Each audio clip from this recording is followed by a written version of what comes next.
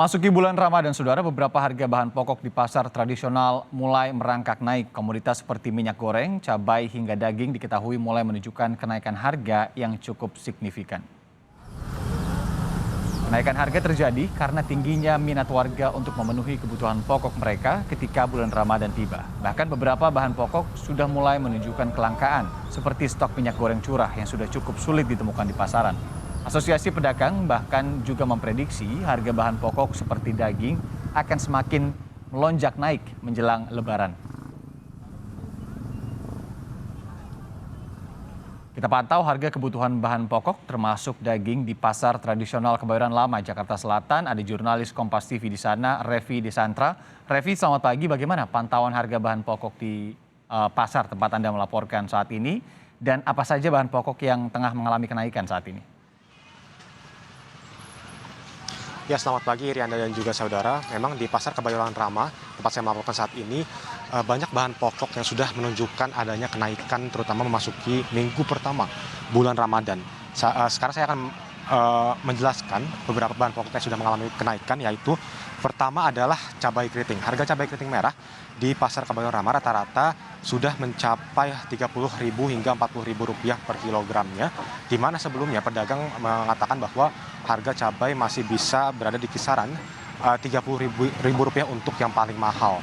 Sedangkan untuk harga tahu tempe sendiri saat ini dijual di kisaran harga Rp4.500 per bungkusnya. Sedangkan sebelumnya pedagang masih menyatakan bahwa harga tahu ataupun tempe masih dijual di angka Rp4.000. Artinya ada kenaikan sekitar Rp500 di sana. Untuk minyak goreng yang masih menjadi polemik hingga saat ini, saya menanyakan ke salah satu lapak yang ada di pasar Kebayoran Lama, dan pedagang juga mengatakan bahwa untuk minyak goreng curah yang stoknya juga saat ini diketahui masih cukup langka, harganya juga masih melonjak tinggi. Saat ini lapak tersebut menjual minyak goreng curah di kisaran harga Rp16.000 sampai Rp18.000 per liternya, di mana ini sangat tinggi dibandingkan dengan harga eceran tertinggi ataupun harga subsidi yang diberikan oleh pemerintah, di mana saat ini harganya adalah Rp14.000 per liternya.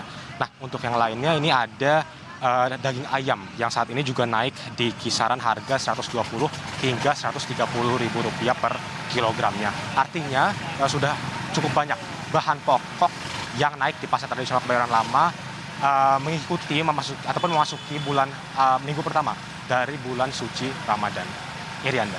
Iya, memang kenaikan beberapa bahan pokok ini juga sudah terjadi ya beberapa waktu menjelang bulan puasa sebenarnya waktu itu. Ketika sekarang bulan Ramadan tiba menjelang Lebaran, harga ini juga kembali merangkak naik lagi. Bagaimana dengan pantauan harga daging? Revi, disebutkan memang minimnya pasokan ini membuat harga daging sapi ya ini melonjak. Seperti apa harganya saat ini?